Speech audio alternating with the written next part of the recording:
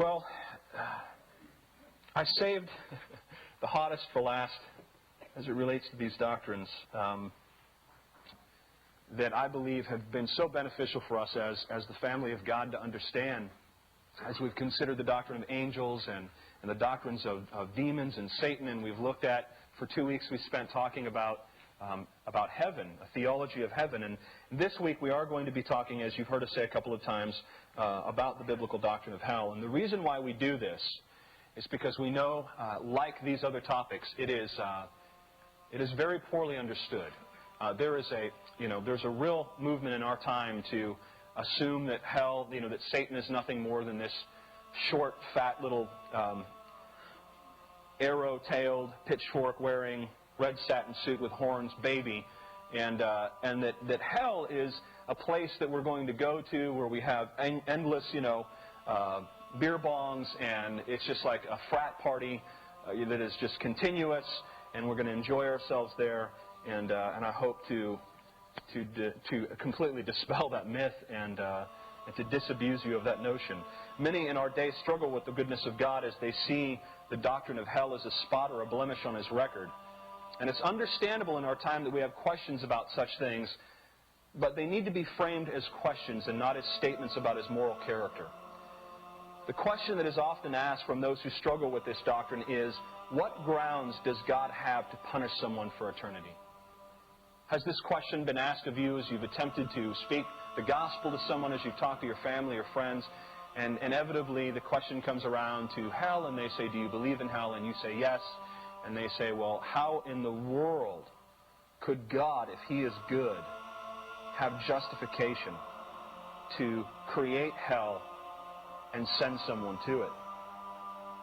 And this question certainly needs to be answered. I hope we do that through this study. And I hope that when we come to this topic, not only today, but as we look at this topic in discussions with our family and friends and coworkers and neighbors, which I'm sure you're going to run out today and go talk to everyone about hell, I pray that you handle this in a very gentle way, because it certainly is a horrifying topic. It really is. It is just a horrifying topic.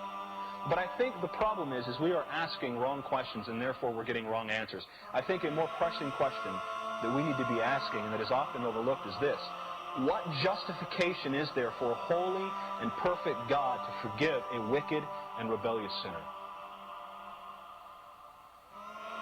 What justification is there for a holy and perfect God to forgive a wicked and rebellious sinner? In other words, what grounds does God have to forgive the most vile and wretched of people?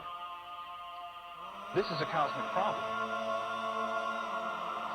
The reason why this is such a problem in our day, and what I think is perhaps the most difficult job as a preacher of the gospel, is to constantly demonstrate to you the bankruptcy of a secular worldview.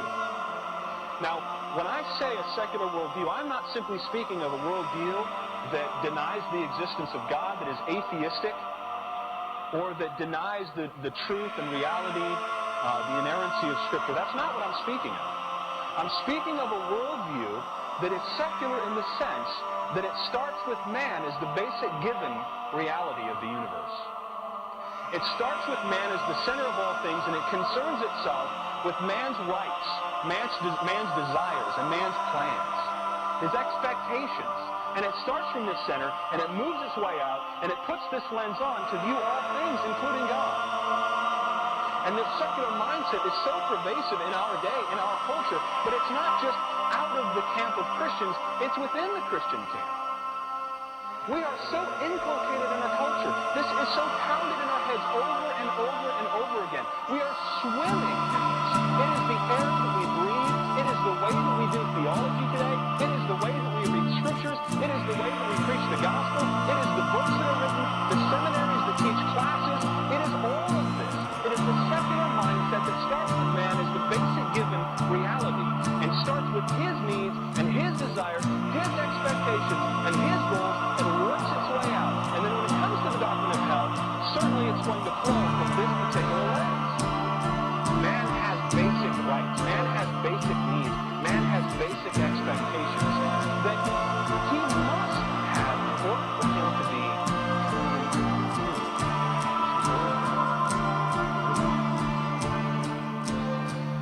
we have to see that this is on a radical collision course with the biblical worldview. Now, this is not because, and when I say biblical worldview, I'm not speaking of a biblical worldview that just simply acknowledges intellectually the existence of God, and I'm not saying a biblical worldview because it says that the Bible is in fact